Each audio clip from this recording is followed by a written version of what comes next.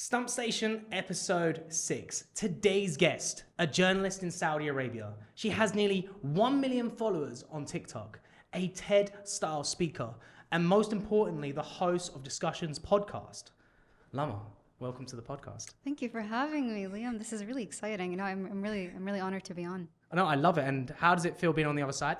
Interesting. I've done it a handful of times, but maybe 3 or 4 times. So it's a bit still new to me, but it's fun. It's fun. Even in your job, even with the podcast, you're still used to being on this side asking the questions. Always. I'm used to being behind the camera or on the other side. But honestly, I'm really honored. And you're a great host, so this will be fun. Well, we'll see. We'll see what we'll see what happens on this one. But honestly, your journey is amazing. And we met in person, I think, at like a TikTok event. Yeah. And then you interviewed me there briefly. And I was like, this is cool. This is very exciting. And then followed your journey on social media, what you did, what you spoke about. And then when I started the podcast, I was like, what you do is amazing. And your journey going into doing a podcast now as well, I was like, this is perfect. Have to get you on. So I'm so excited to go over your journey, journalism, discussions, business with that, where that's going. And guys, make sure obviously go follow Discussions on social media because some of the podcasts are absolutely amazing as well. And don't worry, it's in English, so that's always good. But one thing is like you came to Saudi, you came back to Saudi from Texas? Texas. I grew up in Texas, yeah. And you got into journalism straight away? No, so I was trying to figure out what I wanted to do. So I always had a passion for politics. I mean, so fun fact, my grandfather, Allah yarhamu, my mom's father was a diplomat. My father is a diplomat.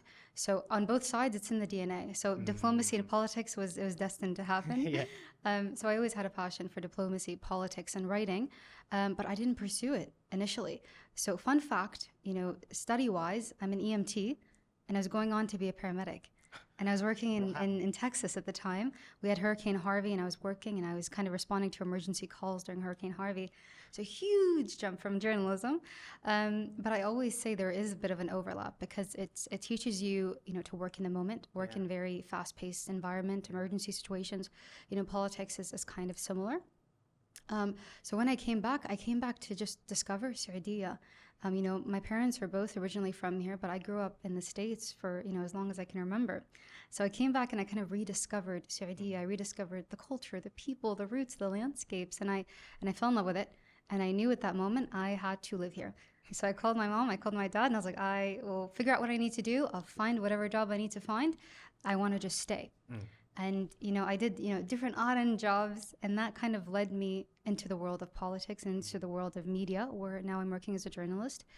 And, subhanAllah, it's just that passion has always been there, and it just led to a career over time. I didn't know if it would happen, but it just happened, subhanAllah. No, honestly, it's amazing. And how long have you been a journalist for in Saudi? Going on, I think, 5 or 6 years. Wow, that's amazing. Still new, but alhamdulillah. Yeah. And what I think is amazing, whilst you've gone into journalism, I think during this time, life for women in Saudi has completely changed, which is amazing as well.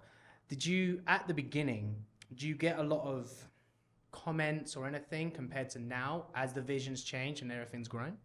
Comments in terms of, do you mean within Saudi community or outside perspectives? Both. Outside perspectives, the comments are always going to be there, I think, especially, growing up in Texas, a lot of my friends are still from there. And I tell them that I'm a journalist in Saudi, and you wouldn't believe the comments I get to this day. So I've flown in friends from Texas because I'm like, you need to actually come see this and then answer the questions for yourselves. Because I think it goes with any country, any culture.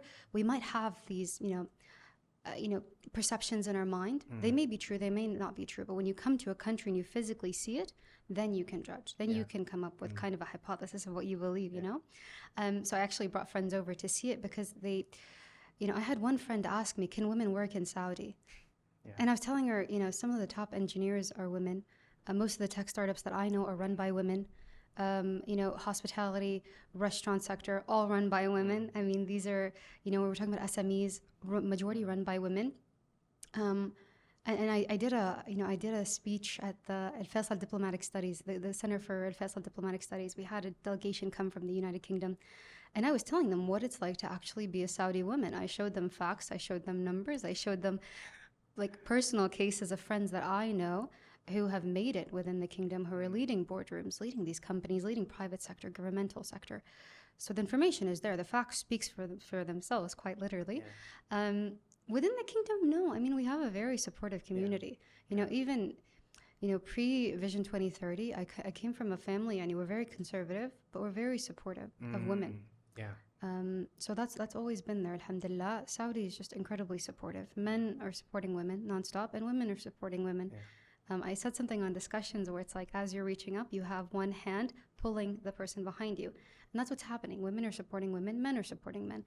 So I think the comments mainly that I still get are outside. They're not really regional.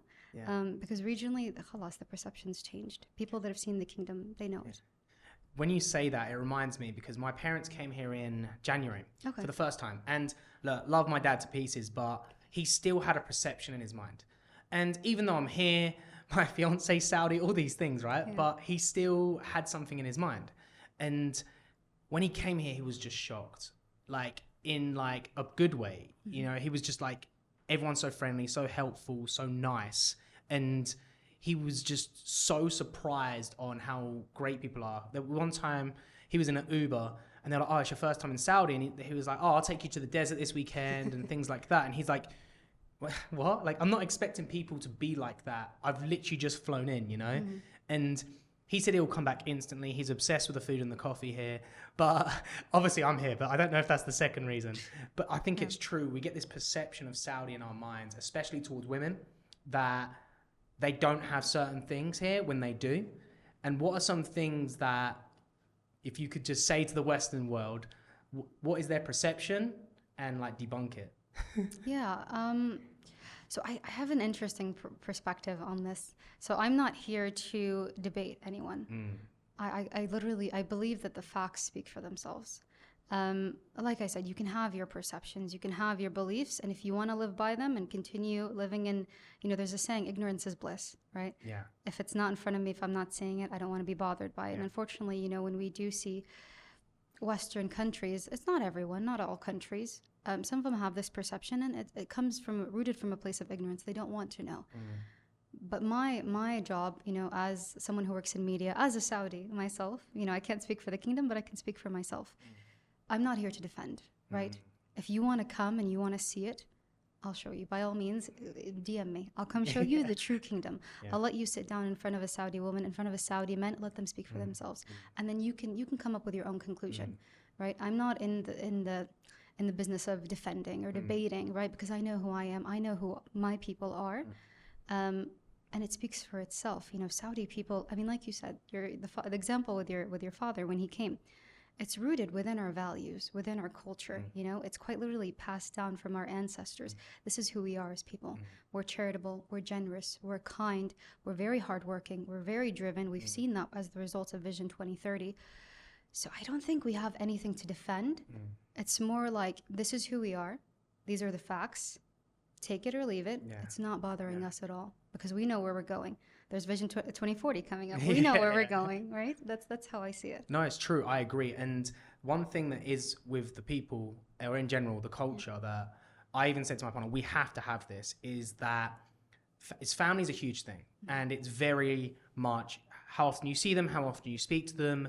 And I'm not really like that in my family. Typical British style is, I'll call my mum maybe once every 2 months, 3 months. Wow. Yeah. What if something changes? What are the updates? Yeah, like that's exactly. It's a shock, right? Yeah. My dad, it's so funny. Not now, he's texted me a little bit more. I used to go on my phone. I could, you know, when you do a big scroll on your phone, I could do 3 times and I'd get to 2017. Wow. That's how much my dad was. Because every time I speak to my mum, I speak to my dad. And even then, it was Father's Day the other day. And it's Father's Day, my dad doesn't answer, so I call my mum. And I'm like, hey, how you doing? Is Dad there? Happy Father's Day. All right, cool. Yeah, blah. Boom. Speak to my mum. Very quick and very... Yeah. And I think that's in our culture. But what Saudi has is this family comes first mentality, and see them every week, Jummah, all these things, which is amazing. And it's like, I want that a part of, like, when I have a family and kids. It's truly incredible, right? And that's embedded with being friendly and welcoming and the hospitality being so good. And people don't see that because it's so natural here that people don't feel like they need to speak about it. Because when it's a part of who you are, you think it's just normal and everyone does it. Yeah. Whereas in the UK, we think it's normal to be arrogant and complain about the weather 24/7, you know? So No, we complain about the weather sometimes. That's true. But, you know, I think in the UK, we like to complain. But that's the thing here is that when it's embedded in who you are and it's a part of the culture, you don't think that you need to speak about it because it just becomes natural. Of course. And people only notice it when they come here, you know? And that's what I do love about Saudi in general over the past 8 years I've been here is that, you know, you feel like a part of a community no matter what. Even if it's in the gym, whether whatever you're doing, everyone is there for everyone to support everyone, like you said. And especially with all the changes for women here, I think it's truly amazing. You know, women have more ability to speak, do social media. They had that anyway, but they have more confidence to do that now. Of course. And one thing that you're incredible at is the confidence to speak online, the confidence to do journalism and show your face. Where does that come from? Where does that come from? I don't know. Yeah, how do you have that confidence and how can you teach that? Do you know, I think it goes back to childhood. You know, I'm very privileged. You know, my mom is an incredible woman. And every day I kind of aspire to even be 25% of the woman that she is. She's remarkable. You know, she's amazing. So for me growing up, I think she instilled that confidence within us, you know. She always encouraged us to go out of our comfort zones, to try new things. I remember she put us in every sport possible, every club possible. You know, I took up piano. I don't know how to play piano now, but she put us in everything, you know, front and center. Try out for the talent show. Go for this, you know, be president of this club. She encouraged that in us from an early age. And I think, you know, if I had a message to parents or anything, give your children the room to kind of fail or succeed on their own. Give them the tools they need, of course, but give them that, you know, that leeway. My mom didn't hover over us at all, you know, and I think from a very young age, she treated us as if, you know, I don't know how to describe it. My mom was very conservative. Of course, she was strict, but she treated us kind of as a friend, you know. As a parent, you know, we had the values, we had everything, but she spoke to us not as if we were a 5-year-old, but as if we were an equal. And I think she never spoke down to us. She spoke to us like we were an adult that understood, you know, emotional intelligence. This is one thing. Oh my goodness, that's how I can describe it. My mother taught us emotional intelligence from a very young age. So That's this, I think, by the way. yeah, is what helped us succeed. So trial and error, putting yourself out of your comfort zone. And then there's one thing my mom always said, right? This is the first time I started wearing the hijab. It was in Texas. I was very uncomfortable in the beginning. This is something I wanted. My mom asked me, she's like, are you sure you want to do it now? Because I was 15 or 14. She said, you don't have to. You don't have to wear it. This is one thing. My mother never forced the hijab on us. She said, if you want to, I support you. If you don't, I support you. And my mom's a very conservative woman from Qassim, which is very interesting saying that. But, you know, she gave us that option and she told me one thing. I remember before I was entering middle school, she said, you have the choice to do whatever you want, but just remember one thing. If you know in your heart that you're doing right by yourself, if you're doing right by your values, your religion, and what you know, doesn't matter what anyone else thinks. Does not matter, because in your heart, you know what you're doing is right. Yeah. Right? Yeah. So it doesn't matter. So I had this mentality in my mind that if I know like how I studied Islam, if I know my values, if I know who I am as a woman, as a person, you know, as a humanitarian, it doesn't matter what anyone else thinks. And I think that gives me the confidence, knowing that in my heart, I'm doing right. Maybe that's a good summary of it. No, it's amazing because, like you said, you were 14, 15 years old, and your mum truly putting those values on you or helping you have these values at such a young age. Most teenagers don't even think of things like that until 20s. You know I didn't think like that until my 20s for sure. And, you know, when your mum is, like you said, she's conservative, but she's still open-minded to be like, this is up to you. You know, she's very much like, these are my values, this is what I believe, but I want to push you to be the best version of yourself, but you need to be your own person, which I think is amazing. Exactly. And there's a word that you keep saying, but... What is it? But I think it's misconcepted. Misconcepted? That's not a word. Misconceived. Misconceived, Yeah. That's the word. It's misconceived a lot. What is it? The word of conservative. Yes. And the word conservative with religion is misconceived a lot. So how would you describe that word or the feeling? Using your mom as a great example, because she's truly amazing, that's taught you great values as well. I think conservative is a very broad term. You're right. I think it's misconceived because there's so many uses of it. When we think of conservative, we can go in the world of politics. We can go into the world of religion. We can go into, you know, the world of even, you know, physical dress, attire. I think with us, conservative is, we were very modest. I think this is how I would describe it. Maybe modest is a better word. We're very close, to, Islam. We're very religious. I come from a very religious background, very modest background. So I want to stay as close to what's written in the Quran as possible. Obviously, humans are flawed. They're gonna make mistakes. Humans are made to be flawed. No one's perfect. But and I don't want to get too preachy about this, but I think for me, conservative is very modest in our values, in the way I dress, in the way I carry myself. It doesn't mean I'm oppressed, right? Yeah. Because I think it goes back to having the right to choose. And Islam shouldn't be complicated. I think you and I spoke about this before. I don't want to get too religious in this podcast, but Islam is easy. Yeah. Right? If you're actually taking what's written in the Quran and implementing it, it will make your life 10 times easier. And I don't know if do you remember that DQ session, the panel I did about podcasting? Oh no, was it then or was it? Yeah, the DQ podcast. There was you and two other podcasts. No, it's a different forum. Sorry, it's a different one. Sorry. Yeah, no, you're good. There was a leadership forum I did in Jeddah, and one of the questions the moderator asked me was, "What is one book you can recommend to anyone if they can only read one book?" And I told them the Quran. And I literally said word for word, even if you're not Muslim, even if you're any other religion, even if you don't identify with any faith, right? Because in there, if you understand it correctly, it teaches you about investment, it teaches you about finance, it teaches you about health and wellness, it teaches you about the biology of a person, a woman's body, how she physically carries a child.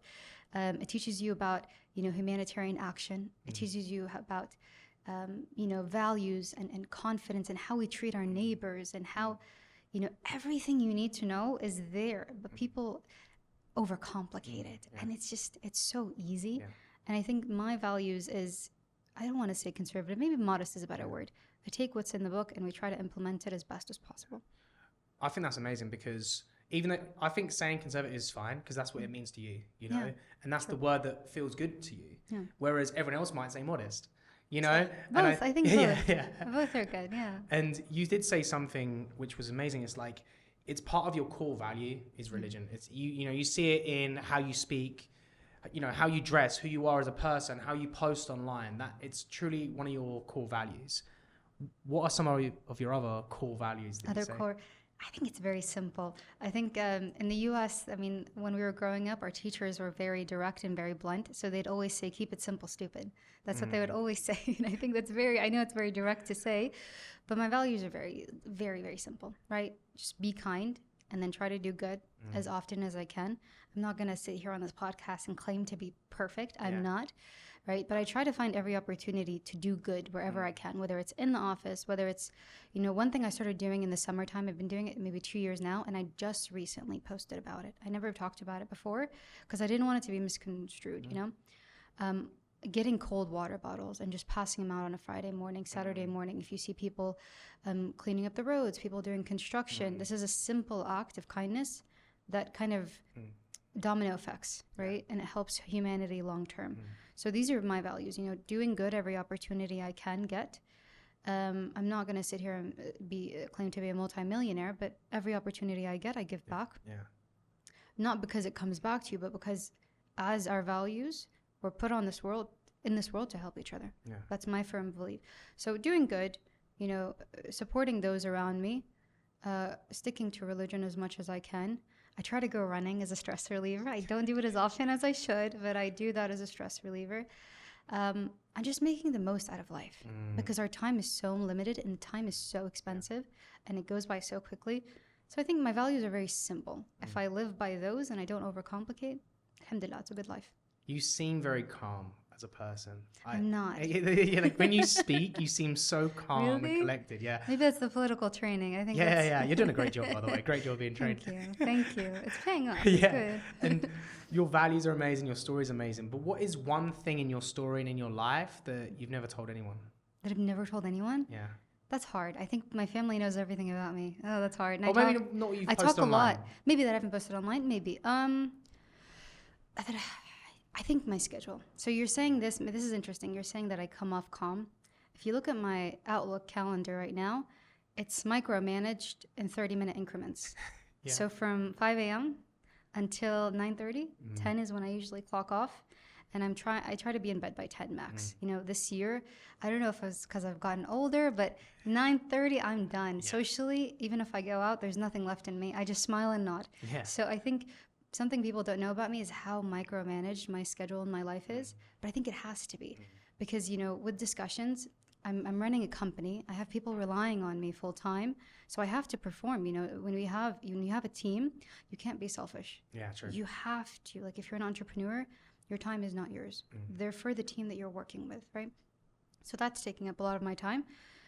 Within journalism, you know, I work in foreign affairs and diplomacy. I'm heading that department, so I have people relying on me in that sector. And then we have interns that are relying on you to, you know, to help them grow. So that takes one aspect. But then a very important part of my life is family and faith.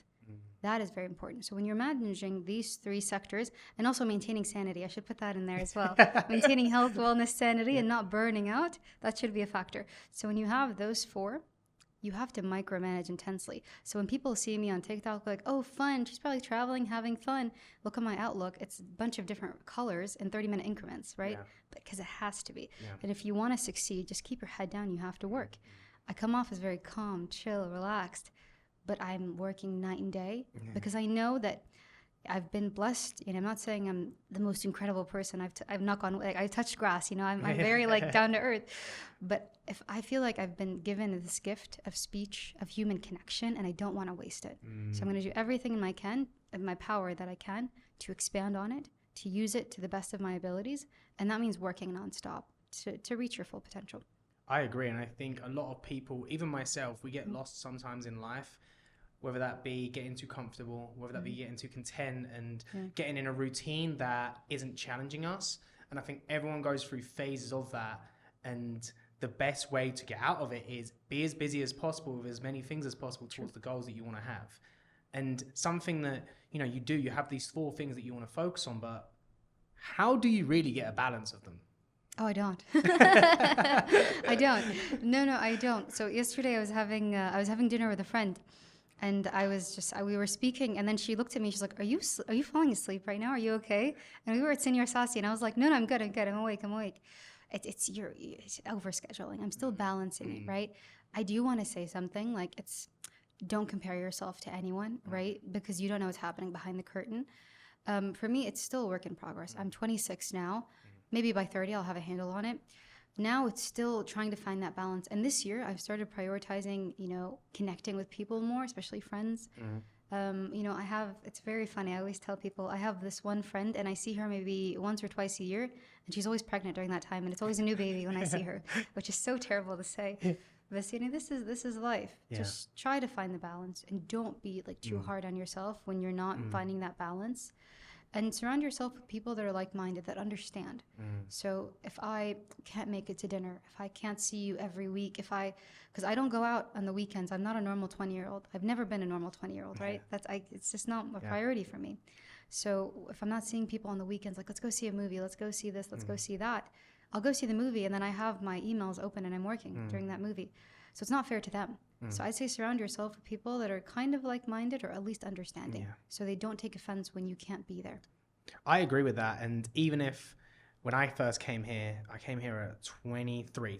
I first came to Saudi. Been here 8 years now. Wow. And I've always worked 7 days a week. Ever since I was like 14, I had like a paper round working 7 days a week. Look how you are. You have a podcast. Yeah, it's great, right? It works out, mashallah. And I love it, right? It pays off. I hope so. When we say pays off, you're always thinking it pays off, and then you have another goal and you hope it pays off. There's always another. Yeah. And I agree that working 7 days a week is great if you love it. And whether that be before when I was working at the gym and doing the radio, now with having a business and doing the podcast, it's always all the time switched on. And I was the same as you, where friends would be like, hey, do you want to go out for food? And I'm like, I'm going to go work out. I'm going to go whatever, make content, whatever it may be. There was something else. And people just stopped asking. And then when I do turn up maybe once every 2-3 months, they're just surprised. Wow, look who's here. Yeah. But, you know, saying that as well, what do you do to relax? Do you know what's so interesting? I was thinking about this morning. What do I do to relax? So Jummah, today is kind of my relaxed day. Jummah is a bit slower. So before noon, I kind of try to like log off, and everyone that knows me personally knows that I'm not going to respond to a call unless like the office is on fire, then I'll come in. Yeah. But before noon, it's just my time. You know, I sit and I read the Quran. I try to breathe. You know, I like being in a very quiet space alone. Yeah. I think it's because you're always surrounded by people, whether it's work, family, everything. And I think I'm starting to understand my personality more. I think I'm an introvert. I'm not sure.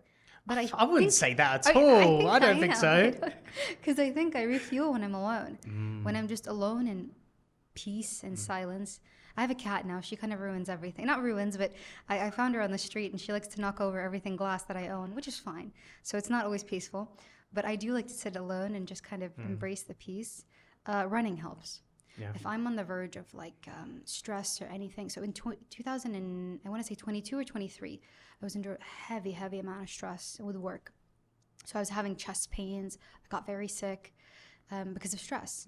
You know, I think people don't understand that if you put so much stress on yourself, it takes a huge physical toll on your body long term. If you're under an insane amount of stress for a few months, your body starts to like kind of deteriorate on its own.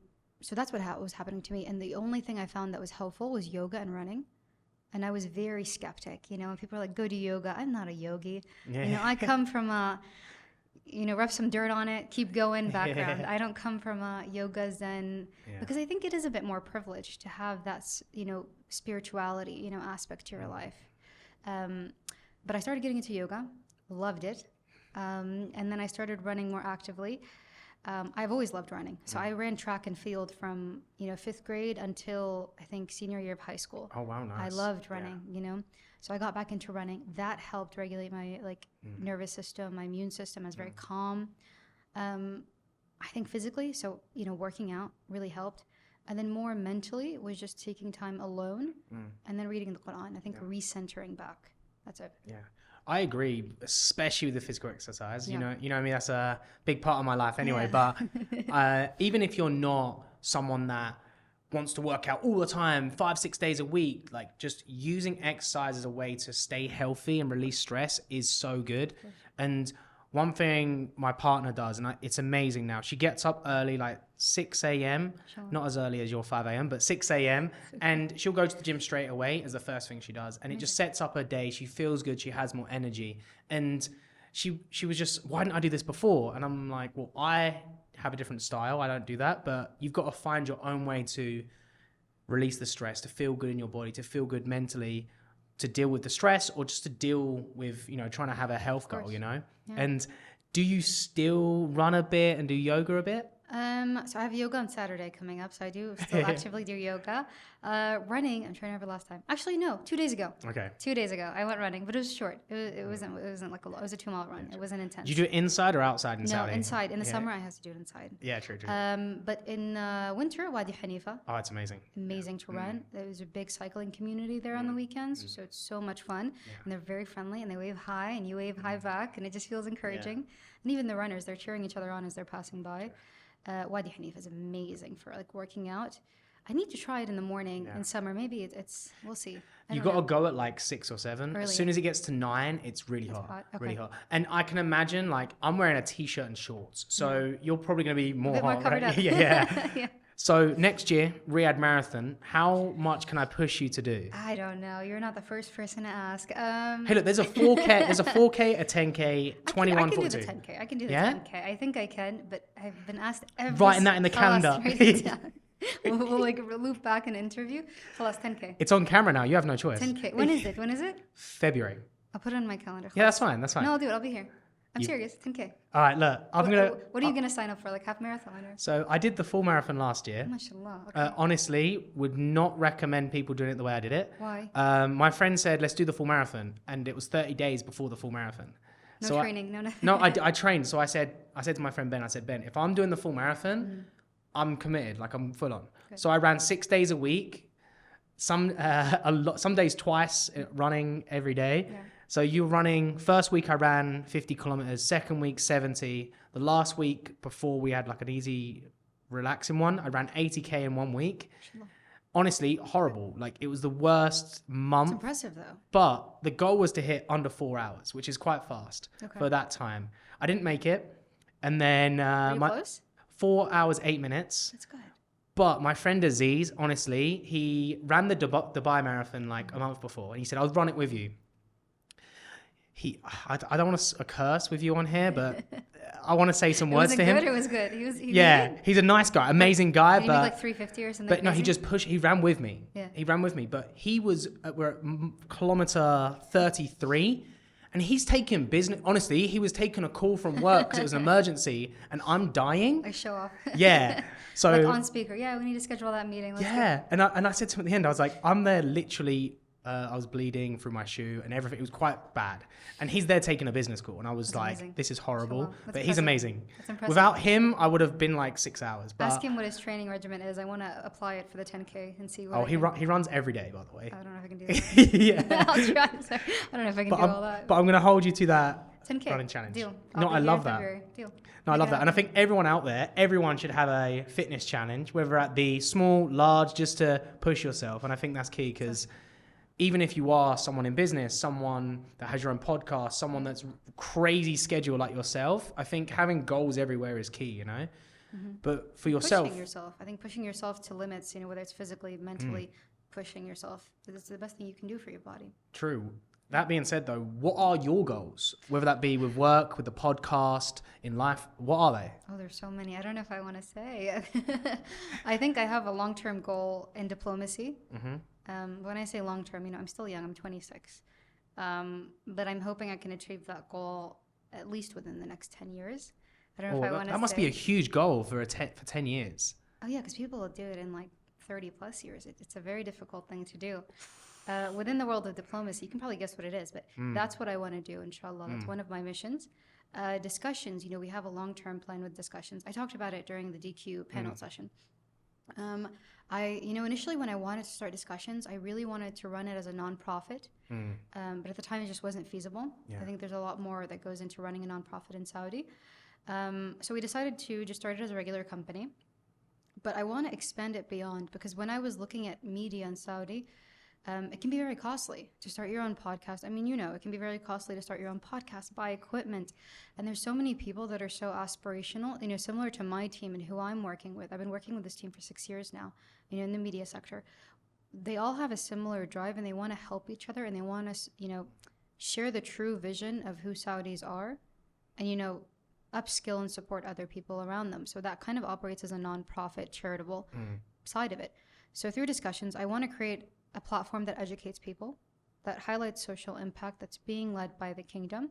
You know, honest, real stories. I'm not a propaganda machine. I've always said this. I give you the information, you judge it for yourself. I want to educate people that want to pursue similar careers to others. For example, I'll bring an expert in fitness. He'll tell you his training regimen. He'll tell you how he made it this far. How is he making money in fitness? Is it even feasible? So from a career standpoint, we educate. But long-term plan, we want to acquire the funding to be able to give back. So for example, if someone has a podcast, they have social media idea, a media concept that, you know, it has a very pure mission that provides something for society. I'm not talking about, there's nothing wrong with dance videos, you know, they make people happy, but I'm not talking about that. I'm talking about educational, things that highlights what's happening societally, you know, things that are helping contribute to society. We want to give them a platform and we want to make it as affordable or next to nothing as possible. So that's kind of how we operate in a nonprofit, you know, perspective, whether it's internships, upskilling, the gap between high school, university. You know, I want to give back because I've seen there's a gap in the sector. You need an insane amount of funding to start a project like this. And it feels terrible seeing so much potential go to waste, whether it's high school students, college students. There's a gap in the market. If we can upskill them, we can provide them with the studios, provide them what they need long term. That would be my vision, alhamdulillah. But I mean, I've seen how the UN operates. I've seen how other organizations operate. Every nonprofit needs to be somewhat profitable to be sustainable. Yeah. Right? So this is why we can't operate as a nonprofit. We'll operate as a company in order to fund the long-term 5-year plan that we have, which is kind of on a nonprofit level, which is giving back to the community, especially giving back to Saudis. Because the amount of talent that we have in this country is remarkable. They just need that hand to help them bridge that gap between high school, university, internship, college into internship. They just need to help that bridge that gap, and that's what we want to do. Honestly, that's so selfless. Inshallah. It's This is- amazing. Like most people that It's exhausting. I will say. yeah. No, it sounds the vision sounds like you took a lot of thought on what you wanted to get from the podcast, what you wanted to achieve from the company itself, discussions, and it's amazing. And this, I wasn't even expecting that answer at all, by the way.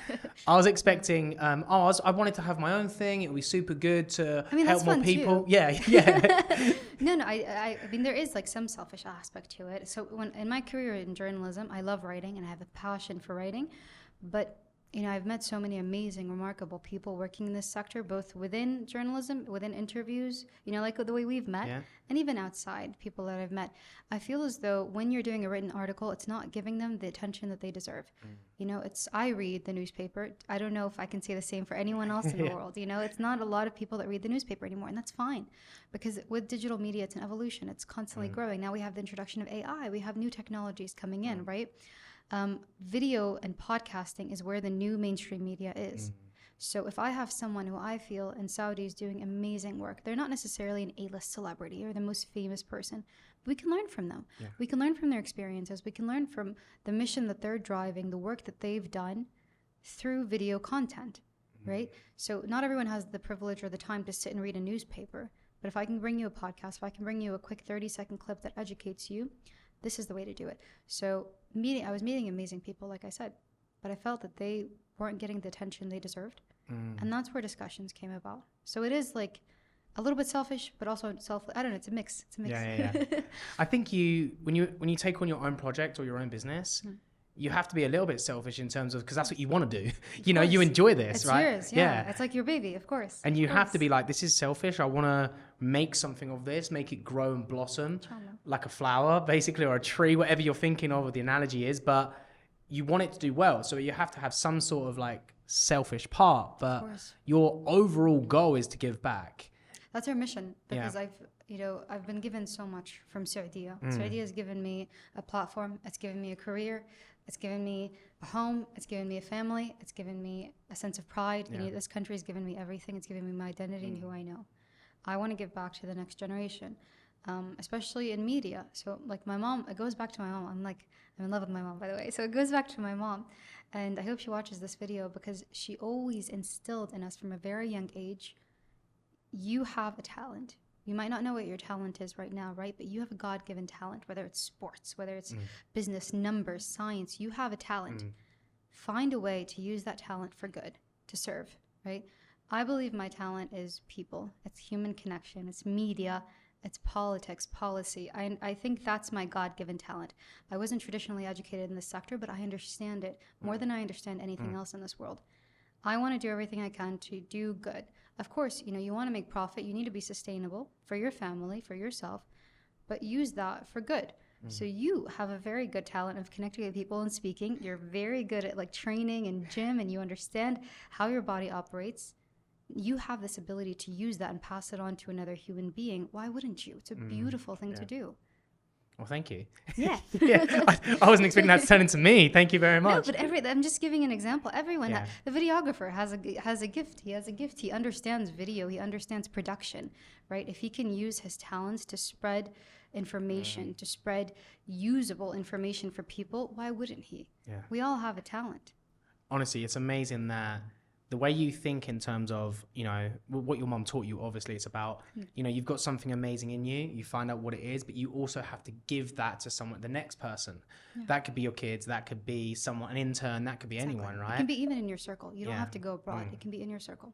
And I think as well, we live in such a world where everyone's thinking of the profit, everyone's thinking of growth, everyone's thinking of something. So thinking differently to, what can I just give to people? Of course. What can I just help people with? What can I do just to help the next person? It's so opposite to how the world is basically running right now. But I don't know. So sometimes I get consumed by this mentality of you're speaking of, and I'd be a liar if I said I don't feel the pressures at time. Living in Riyadh, it's very competitive, not just in media, but across sectors. There's this like hustling, making it mentality, working 2 jobs, working whatever you need to do to hustle and make it, right? because we're in like a bubble that's gonna, it's a boom. It's a booming market across sectors. There's so many opportunities. When we look at the startup sector, there's so many opportunities. So you can't help but get consumed by this like capitalistic hustle mentality. And I do get sucked into it at times. I'm not going to tell you I don't invest in the stock market. I don't have gold. I do all of this, of course. And my first investment was at the age of 16 or 17. I made it through my brother's Fidelity account illegally. He gave me my first 1,000. He said, lose it or win it and double it, whatever you do, just learn. And I did. I started investing at a very young age. I'm not going to tell you I don't have this, entrepreneur mindset from a very young age, because I do observe my mother. My mother is, she's a businesswoman. In her heart, she's a teacher. She was a teacher back in the day, but in her heart, she's a businesswoman. Yeah. So I learned by observing her. In the U.S., I learned from her. So at times I do get sucked into this capitalistic, and you constantly feel the pressure of not performing well. I can do more. I can always do more. I can always stay up. I don't need to sleep. Take an espresso shot. Do this. Do that. I've been consumed, and my schedule is balancing these two identities of like, no, hustle. You can do more. You need to buy X, Y, and Z. You need to get X, Y, and Z. You need to invest in this much real estate. Buy this much gold. Continue doing this. I get consumed by this side, but then when I kind of touch grass and I realize, why was I put on this earth? Yeah. I'm going to be here, I'm 26 now. If I'm lucky, I have maybe less than 70 years left. If I'm lucky, maybe 65, 70, late 80s, 90s, that's it. Why not 100? I don't know genetically, I don't know if we make it to 100. My family, the cutoff is 85, I've noticed. Then inshallah, inshallah we continue living. But, why am I stressing out so much? The money will come. Yeah, subhanAllah. I have a belief that if something is written for me, it's written for me. No one can take it away. If I constantly keep my head down and I work and I do the best I can, the money will come. The best piece of advice I've gotten very recently, last week, I was visiting, an old friend who I admire. I don't know if I said that. She's one of the, original members of Majlis Shura. She's a remarkable woman. The Shura Council. She's a remarkable woman. She's a highly successful physician. She's remarkable. I look up to her so much. And she was talking about, how we feel this pressure early on in our career to jump for the money, to jump for a higher salary, to jump. I don't know if you know this, but journalists don't make a lot of money. Journalists, Oh, really? Yeah, no, I don't make a lot of money. I didn't know that at all. I could have easily jumped to PR, to comms, to whatever sector, and quadrupled my salary, did whatever I needed to do, right? But I knew long term that my position to serve is where I am now, working in journalism in Saudi. I know that's where I can best serve, and the money will come. Yeah. Trust me. She gave an example of someone who was staying in the same sector, same job for 5-6 years, while other people were jumping around every 1 to 2 years, right? That person got picked up, right? They got picked up and placed in a high-level government position. They were an official because they had that knowledge and expertise in that sector. The money will come. Don't feel pressure to jump around and kill yourself. The money will come. Yeah. And invest piece by piece. Invest in the stock market. This is an investment advice. ETFs. Invest where you can. Buy gold where you can. Long term, it'll make a difference. Right now, it doesn't feel like it. The money will come. Don't kill yourself. I mean, that's like the quote I can put. Don't kill yourself. The money will come. Don't overexert yourself. That's true. And I'm a big believer in investing in yourself and investing your money. And something that you spoke about a lot is just follow the field that you feel passionate about, right? And just go with that. And same thing as a coach, you don't earn a lot of money compared to, say, a consultant or something, right? Oh, of course, we're talking 80,000 a month. Yeah. So, and when I finished university, I could have got a consultancy job, and because they love people that come from a sports and exercise background because they're competitive. Interesting. So they want people that are competitive to do more. And I remember going into an interview and they gave us a game. And you have to compete for this. It's a stupid game, but it was in the interview. You're with 8 people. You have to come with a real life person in mind, and you're all in a hot air balloon. And you have to convince the whole team on why you should be the only person that stays there. And you could choose someone from like Kanye West or Donald Trump or whatever. So I chose, I might butcher her name very wrong. Was it? Malala. Oh, Malala. The woman that won the education for women, yeah. Yeah. So I chose her. She won a Nobel Peace Prize at like 16 or something. Yeah, but why Malala? It's interesting.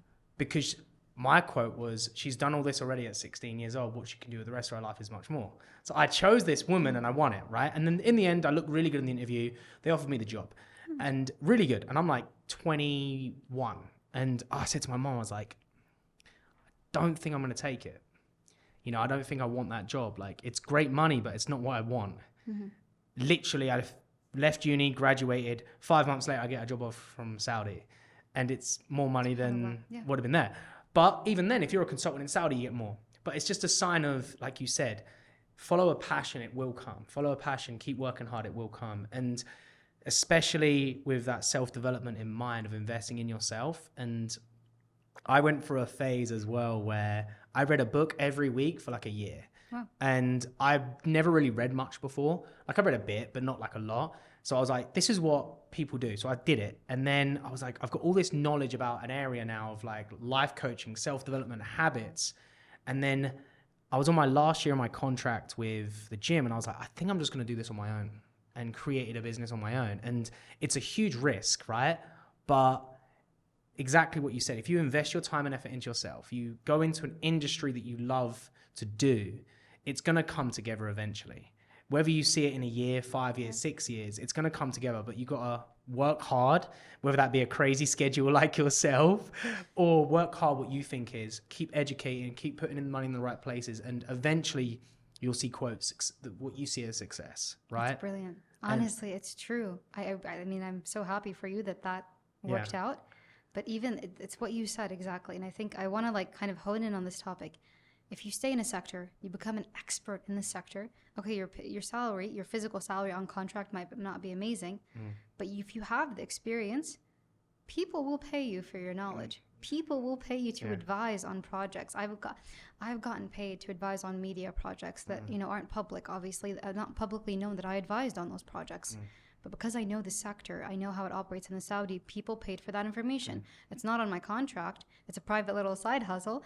But I'm saying that if you're good at a specific subject of what you're doing and you're finding ways to serve others, you can monetize that. I'm not saying charge millions, but you can monetize that. That's true. And I think as well, many people need to continue to educate themselves. And this was something that I got lost in like mid-20s, is stop educating myself, being comfortable. What you're doing amazing at, by the way, you're still 26 and you're still got that mindset of growth, of learning, of getting better, Whereas I would say other people like myself do get lost sometimes for like a year or two, and you get a stalemate and you're like, crap, what am I doing? I need to change this. And you have to shift that mindset again, and get back to it. But one thing that you are doing is you're always trying to grow more, but also give back. Yeah. But what is like success to you? What does that mean to you? I got asked this question last week by a friend. That's tough. And even in that moment, I didn't know how to answer it. Success. What's success to me? This question is reoccurring in my life, it seems. And the answer is always changing, I think, the older I get. I think success for me is being happy. But even happy is difficult to define. I think if I'm taking care of the ones around me, whether it's family, friends, the people I care about, if I can take care of everyone, I know it's like a huge responsibility, but if I can give them what they need to succeed in their lives, whether it's network, connections, finances, whatever it is, I think if everyone's taken care of, I feel taken care of, alhamdulillah, I can like kind of not stop, but I can slow down, I can say, okay, we can go to the Red Sea and book a little villa and relax for a week. That's success. But I think success it's constantly evolving. Like I told you, the definition is constantly changing, because even if I check off all the boxes before 30, there's a new list. The next day, there's a new list.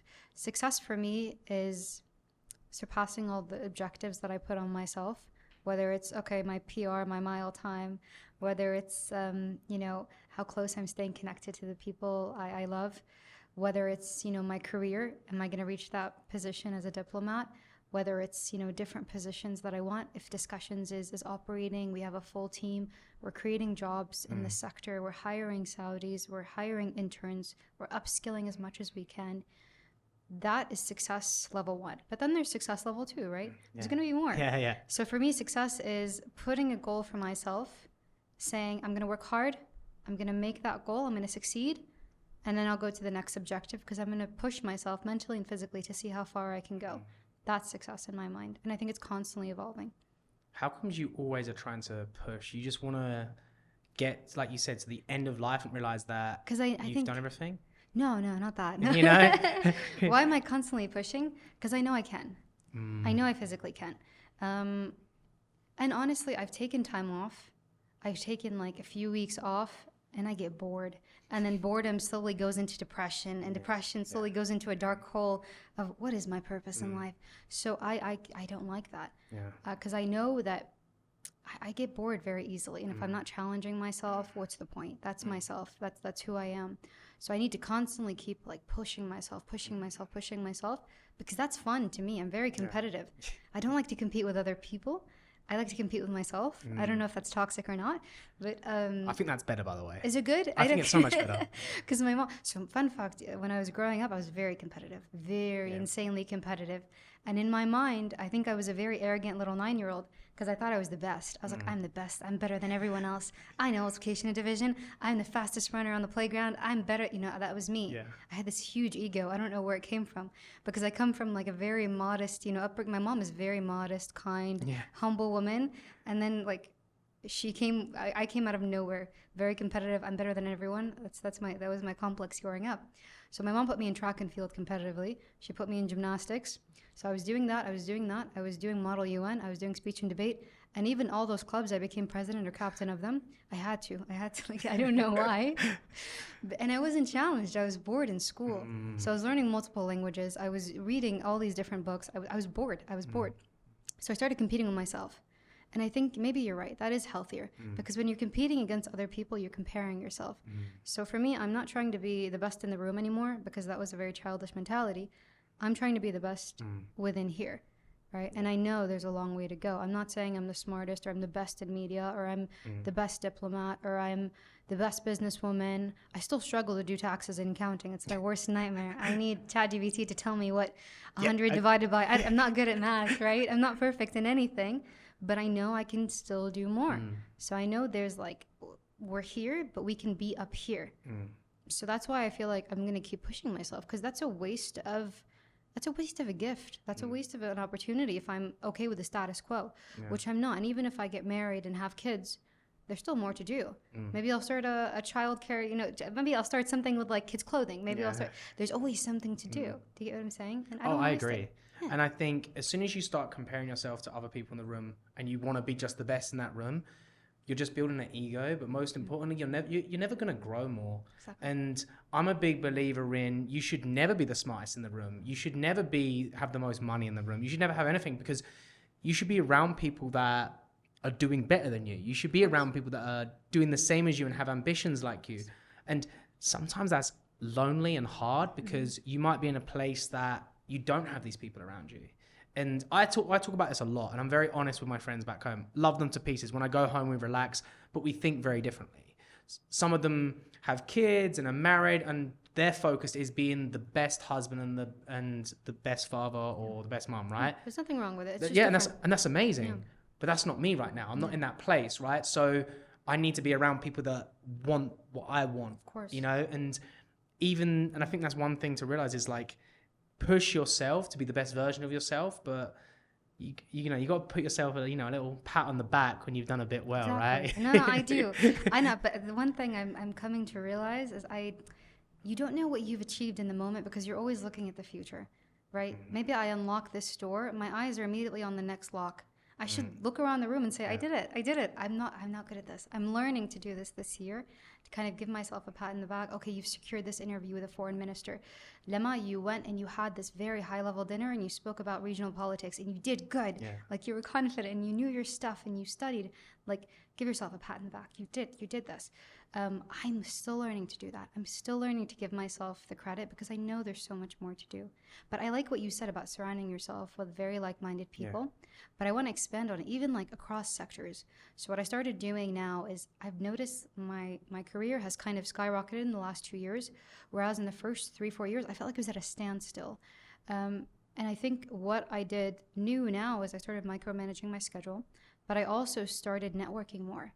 And I started taking networking seriously. I don't mean LinkedIn adding people. I don't mean exchanging business cards. I mean actually meeting people and getting to know them for who they are across sectors. So for example, I don't work in VCs. I don't work in investment banking. I've made so many friends this year that work in investment banking, and I've learned so much from the way they operate. It's crazy. Yes, I'm not this like huge capitalist, and I know where mindsets are different, and I come from more of like humanitarian approach, but I can learn from them. I learn from the way they speak, connect with people, the way the way their brain works is so interesting, because everyone's brain, I feel, is wired differently across sectors. Making friends with people that work in education, that work in sports, that work in ministries. A majority of my work, I was in this bubble of diplomacy and humanitarian work. So I actively went, the first 2 years of my career, I was actively going on humanitarian missions with the King Salman Humanitarian Aid and Relief Center. So my bubble was quite literally diplomacy, foreign affairs, and humanitarian work. I wasn't seeing this whole other side of the world because I was limiting myself. Even connections on LinkedIn, I wouldn't accept anyone, or I wouldn't connect with anyone unless they were in those sectors. What are you doing? You're limiting yourself. You're limiting your career. So last year, as I started doing that, my life has gotten better. The diversity of friends that I have is so beautiful, and I can learn from them. Their upbringing, their education, the way they operate is so interesting in my mind, because the way, for example, like if I have a Rubik's Cube, I would start like solving it one way, and then they start solving it another. I'm like, why did you do that? And then you start learning from each other, the way their brains are wired. So network outside of your circle. You're not losing anything. You're going to gain so much more. That's something, I'll be honest, I'm really bad at, is networking. So was I. And I hated it. Because I'm very, and I won't say I hate it, but I'm very obsessed with the best outcomes I can get of my time, right? What is the best thing I can do to push for the next goal, or help the next person, or be with my clients, or help my team members, whatever it may be. And I think like that. And on a weekend or on times, my partner's like, oh, you should definitely go to this, or you should go out and network. It'll be great for you. And I'm always like, So what advice would you give me and other people to be better at networking here in Riyadh? Give it a chance. I'm not saying go out and meet with everyone, because your time is valuable. Use your time very wisely. But connect with people that you wouldn't connect to before. So if there's someone that's been reaching out to you constantly that you're like, I keep putting off, I don't have time, it's not a priority, I can't get anything from them. This whole mentality of I can't get anything from them, change it, because you never know. Well, you never know. And we shouldn't look at relationships with people as transactional, because I think that's where we lose our humanity. Unfortunately, we have to with this capitalistic world, but I don't think we should prioritize that. Just try to connect with people and limit yourself. I'm not saying like go out with people, but put a timeline. Okay, what I always like to do, and this is so bad, I shouldn't say this, but so I micromanage my schedule, right? So for example, today at 7 I'm meeting with someone for coffee. I haven't seen her in maybe a year and a half, but I felt like, okay, I owe that relationship like some time. She's a good person, I've known her a few years. Well, yesterday I was at Senor Sassi with another friend. Before that, this isn't an ad for Senor Sassi. Before that, you sponsor his podcast, but never advertising. Before that, I was having coffee with another friend, but I give myself maximum 45 minutes to an hour, and I tell them, hey, I have a meeting at 8. I'm here with you. I want to spend as much time with you as I possibly can, but I do have another meeting at 8, but let's do this again. So you give it a timeline, right? Because you have to. It's not that you don't enjoy their time, but you also have your time to think about as well. So you want to give them the time they deserve, but you have to think about your time. And if you don't put that timeline in and let them know, hey, let's do 7 to 8, let's do 5 to 6, let's do 4:30 to... If you don't do that, you're going to be sitting there with them for 4 or 5 hours. It'll be fun in the moment, 3 hours. You go home, you feel guilty you wasted this time. Or you feel like you wasted this time. Human connection is never a waste, right? But it's a balance. Balancing between connecting with other people, other humans within other sectors, and then also your personal time, building your projects or whatever you want to do. And it doesn't have to be in person. You can connect with someone over Zoom call, 15-minute Zoom call. 15 minutes is not going to take away a lot of your day. A lot of my networking, by the way, is over Zoom. I get messages, hey, Lema, can we hop on a call? I just want you to take a look at this. Can you advise on this project? I'll tell them, sure, I have about 15 minutes between 4 and 4:15. Does that work for you? Amazing. 4:14, hey, I got to get going. I'm so sorry. Thank you for this. Let's do it again. They're completely understanding because you gave them your time. But your time is so valuable. It's so expensive. So give them their time. Be a human, connect, but schedule it, because unfortunately that's the world we live in.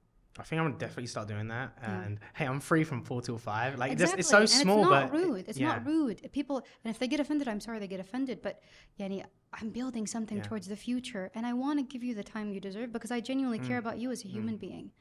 But my schedule is micromanaged, so 4 to 5, 5 to whatever it is, you have to. And I think some people will understand in the way you word it. There's a guy, Simon Sinek. Do you know who he is? No. He is very good in the leadership space about speech and how to speak and stuff. He's really good. one of the stuff I do love is what he talks about with relationships. He's really good with that, and like how to talk about issues that you're struggling with your partner. Amazing.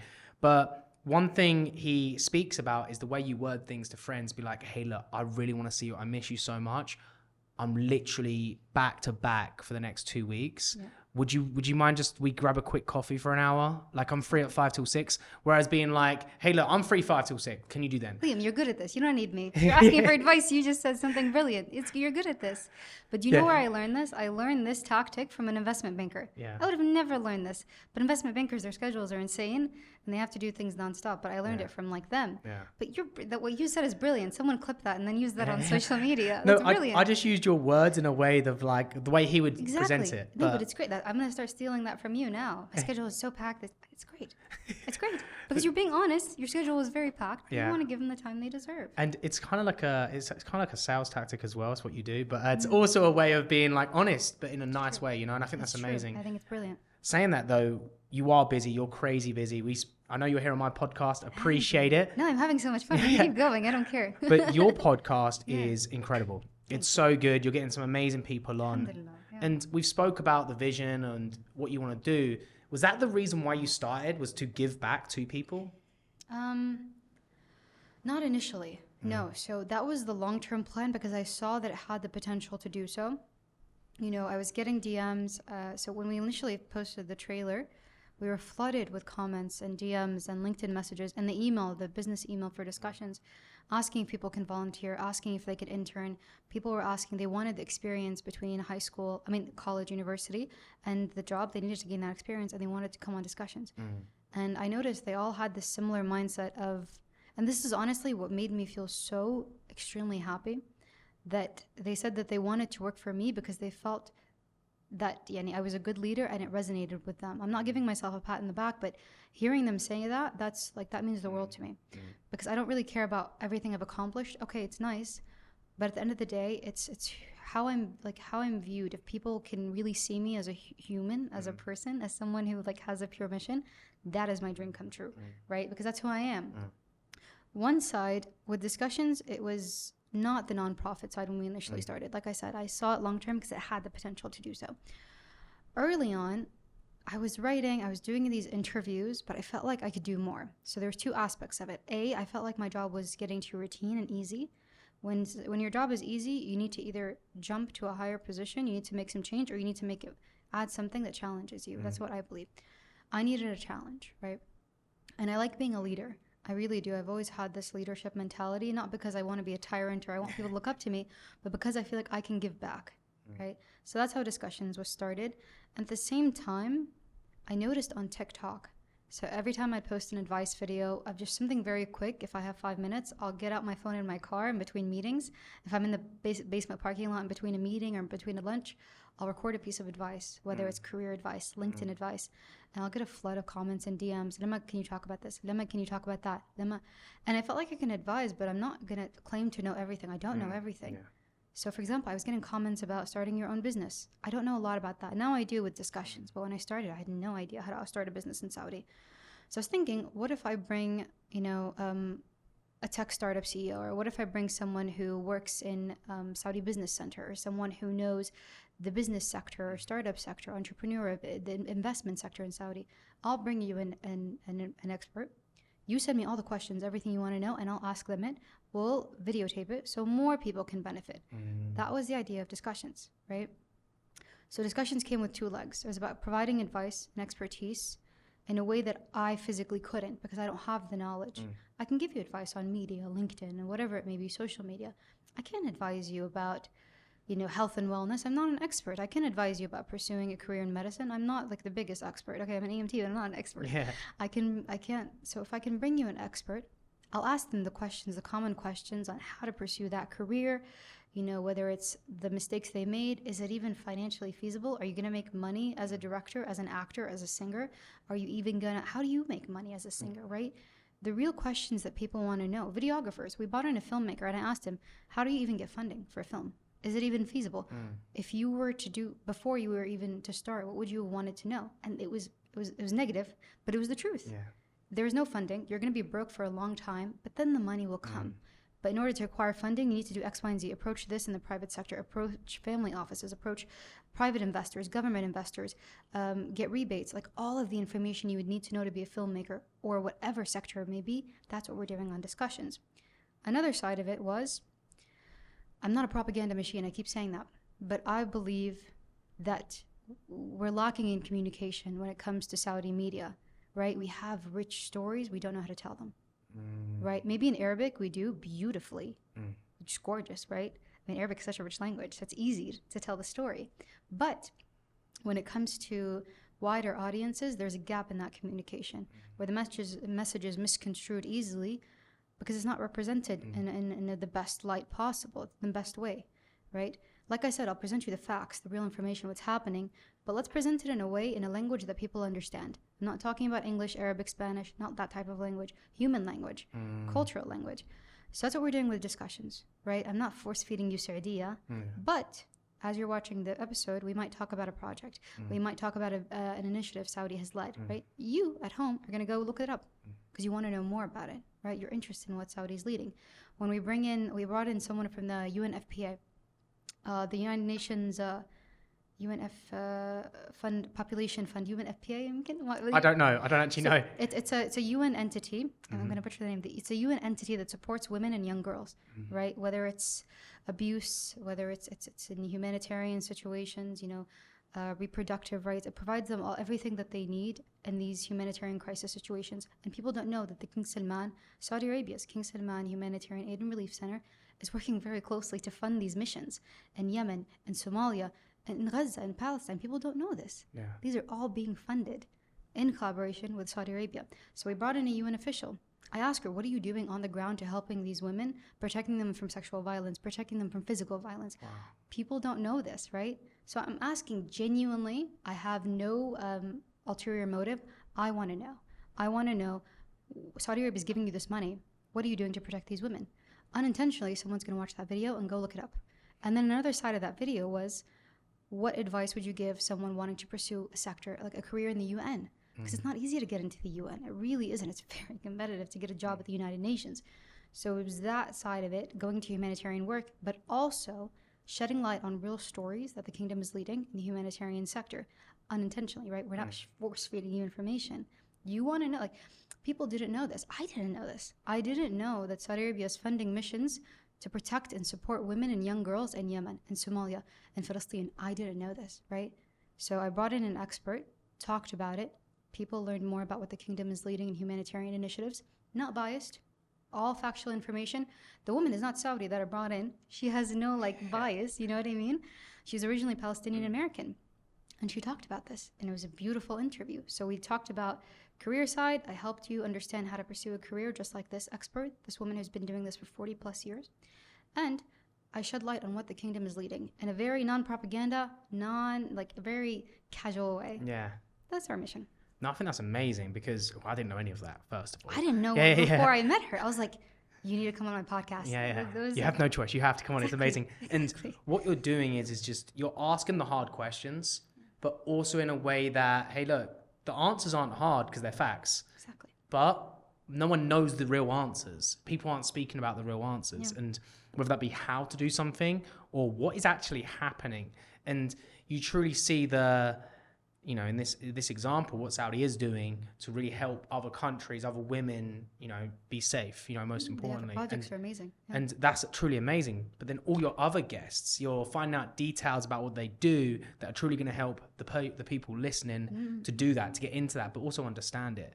And with yourself, I know you may have said this on a panel, but not on this podcast, but for people that want to get into what you do, into journalism, into a podcast, into these industries, what advice would you give them to try and get started? Ooh, that's a good question.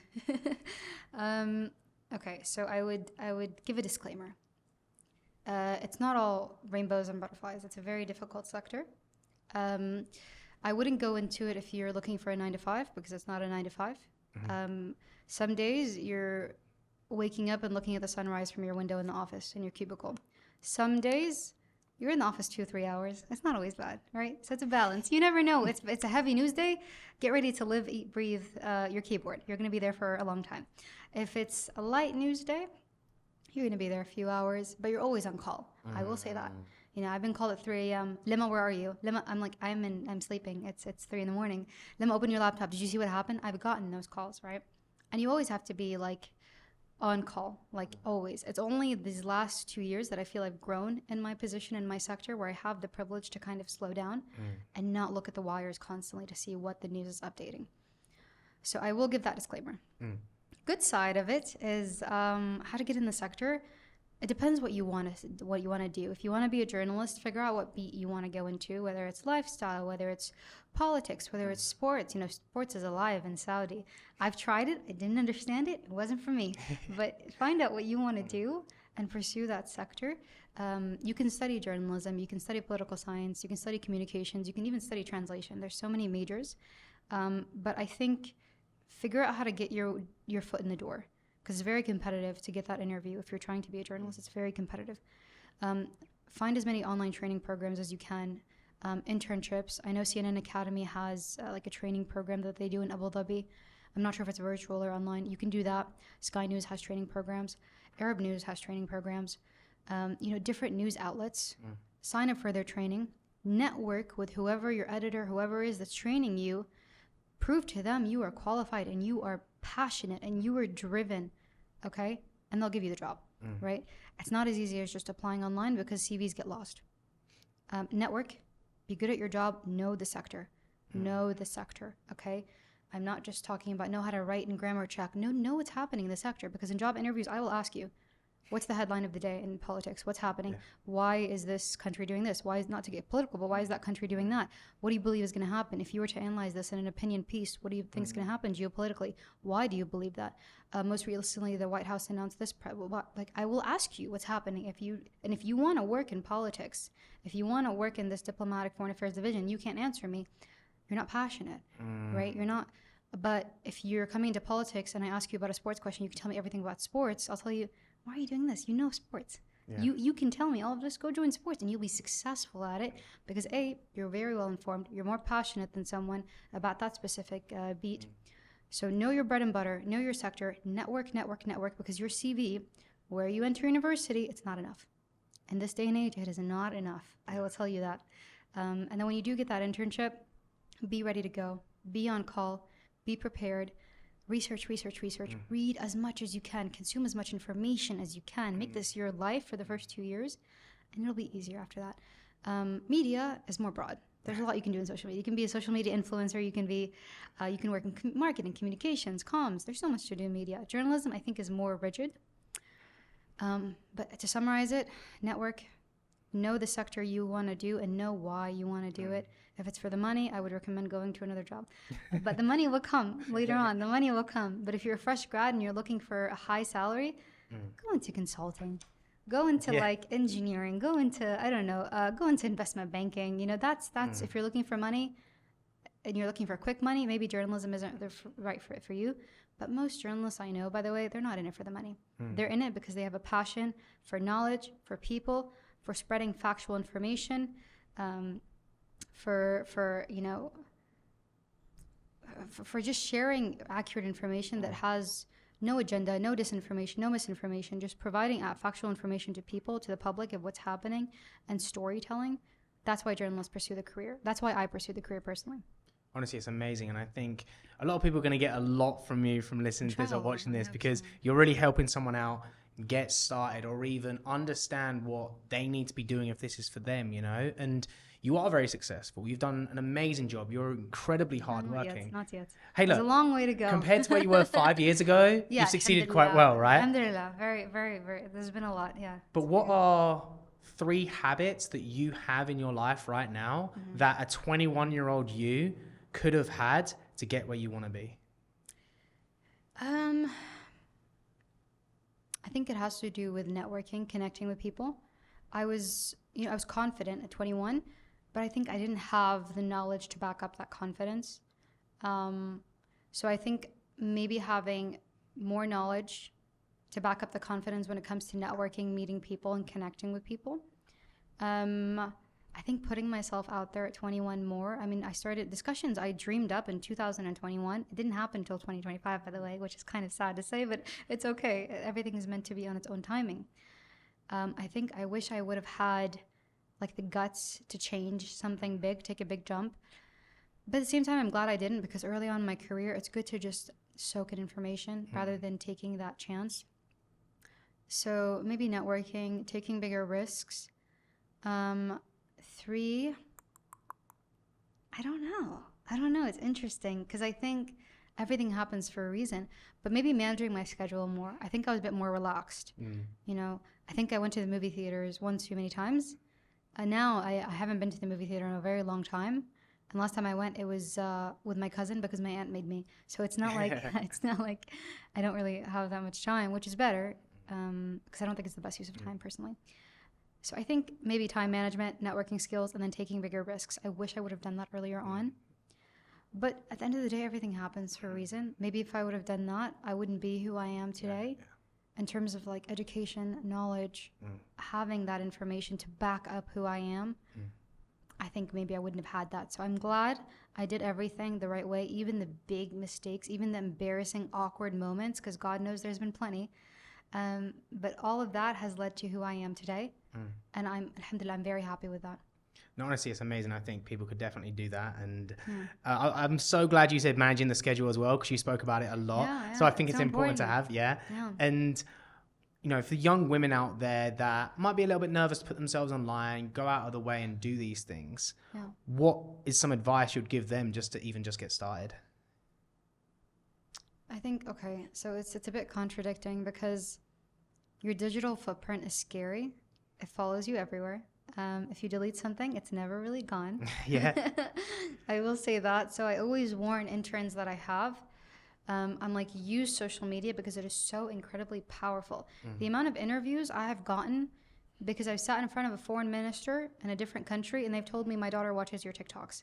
The fact that I have gotten that interview because their daughter watched my random TikTok, okay, that's the power of social media. And it might feel awkward or weird or uncomfortable to talk to a camera in the beginning. God knows it was for me.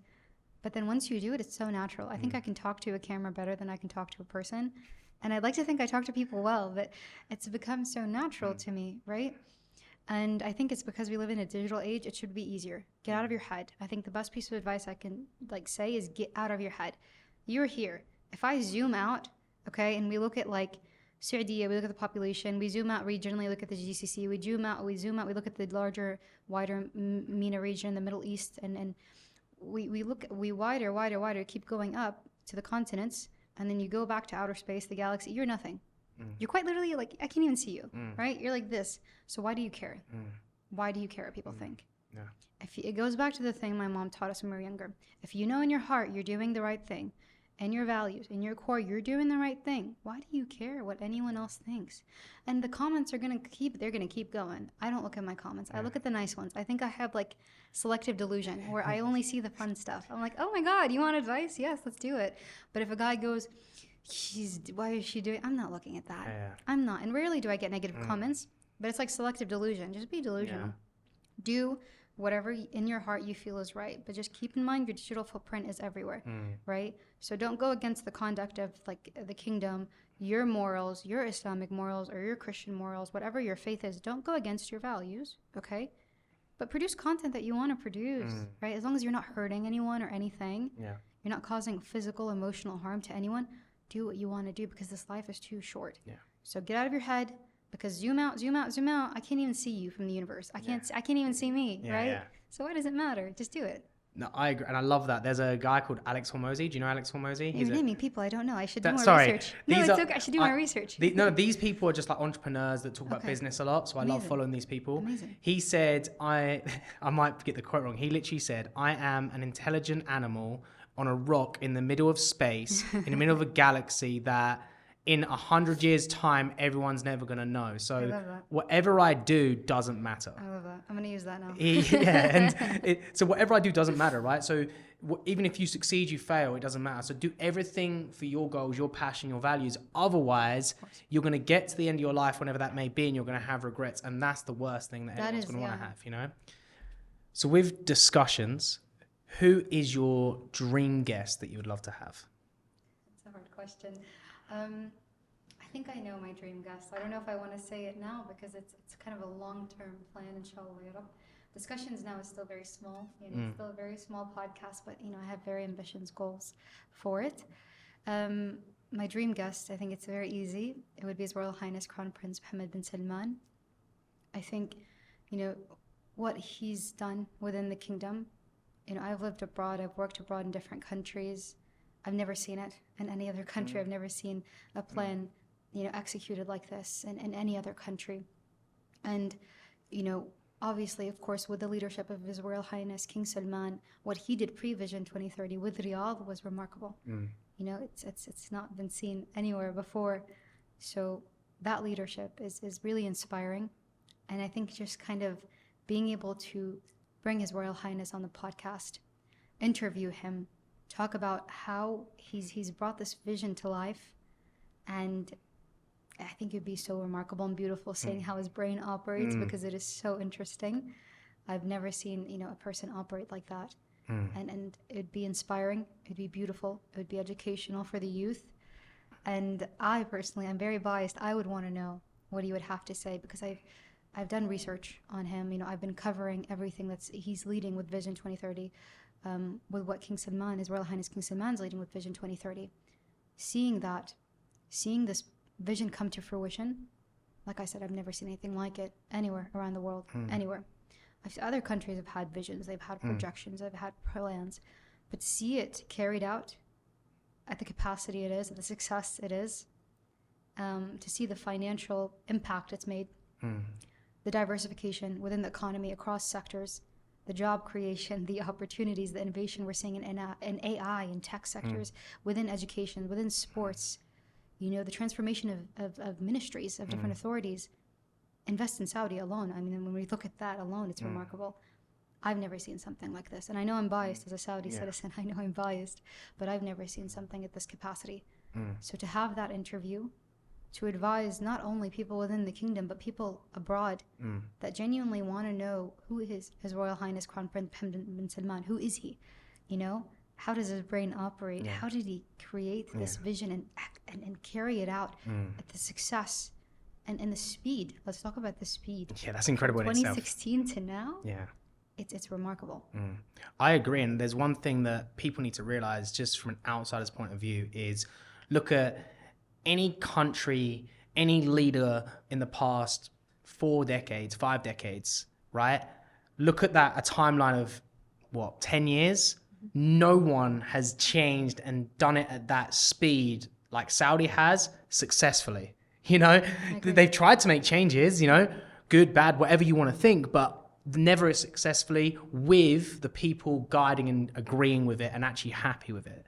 And that just says it all, when you've got a whole kingdom happy with what the growth is happening, with what he's doing, and so happy with the future, and they're so happy with the vision and everything, it just shows what he's doing is beyond what people just see as numbers. It's truly incredible. I agree. And it also trickles down. It would be an honor and a privilege to have His Royal Highness on the podcast. But when we look even trickling down to his team, down to the Saudis that are running the ministries, down to the Saudis that are working in these authorities, down to the Saudis that are starting out in very small executive positions fresh out of university, they're driving that change as well. So I can only say this would be my dream guest. They would all be my dream guests because they're driving this change. It's truly, truly understated that our asset within the kingdom is our people. I was speaking to a fellow diplomat, from a different country 2 nights ago, and we were speaking about this topic. Vision 2030 was almost like a ready, get, set, go. Everyone's been at the starting line, right? Saudis are very ambitious, just naturally. We're very driven. We're very ambitious. We're very hardworking naturally. The kingdom has been built, these skyscrapers built from nothing, from quite literally sand dunes, right? Worst comes to worst, if we had to go back to the sand dunes and rebuild, we could do it overnight. I easily believe in people here. Easily we could do that. So they would be my dream guest on the podcast as well. It's His Royal Highness, of course. This would be a dream. But also just sitting down with locals, with Saudis that are driving this change, driving this impact within the kingdom. That is a privilege, and it is an honor. And I know that so many people can learn from them, learn from their drive, learn from their success, learn from what they're leading within their country and what they're building for the future. And even for around the world, when we talk about sustainability, reduction of CO2 emissions, when we talk about, the Green Arabia projects, when we talk about AI, oh my goodness, Sadaya alone. If you look at what Sadaya is doing, I covered AI very briefly, within journalism. What they're doing is amazing within AI and robotics and even healthcare, the use of AI in healthcare, all being, the first fully robotic heart surgery that was done in the kingdom, the first one in history globally. That's incredible in itself, They're Saudis. They're Saudis. Do you get what I'm saying? It was a Saudi doctor that executed that, that conducted that. So being able to interview His Royal Highness, of course, is the biggest privilege. But being interviewing even just local Saudis that are driving this change, whether small or large, that's a privilege in its own. Honestly. Well, you've got a lot of guests to come up then. There's a lot of people out there making some great change. Honestly, it's been absolutely amazing having you. And the way we end the podcast is I call it quick fire questions, but it's never quick fire, but we try our best. So I'm going to answer some questions to you, and you've just got to answer it as quick as you can and as honestly as you can. Okay? Bismillah, let's do this. So one question is one of the ones from earlier that we didn't get to say, because you did speak about leadership in the workplace. One tip for leaders out there to manage a team friendly and have a great family and relationship with their team, but to still push them to be better. One tip to have a good, healthy relationship with their team. Have a direct vision. Help everyone understand that vision and hire people that are passionate about the same vision, but also approach leadership from a humanitarian aspect. You're human. Be understanding. Trust me, if you're understanding and if you have a core vision that people align with and they're passionate for, they will work hard for you, right? They will work hard, they will put in the time, they will put in the effort because they know you're a good person, right? In your heart, you're understanding and you're kind. You're not going to shout at them if they're having a sick day off. You're human, right? And you have a core vision that aligns, that impacts them and supports them, they will work for you. They will respect you as a leader. Don't be feared, be respected and be cared for. And you do the same for your staff. Okay? I have an open door policy. I treat everyone in my team, whether it's an intern or a senior editor, whatever it may be, as my equal. I respect you, I educate you, and we have a core vision that aligns. I think that word respect is so key. So key. And what is one DM that you got on Instagram, TikTok, whoever, from someone that you'll never forget?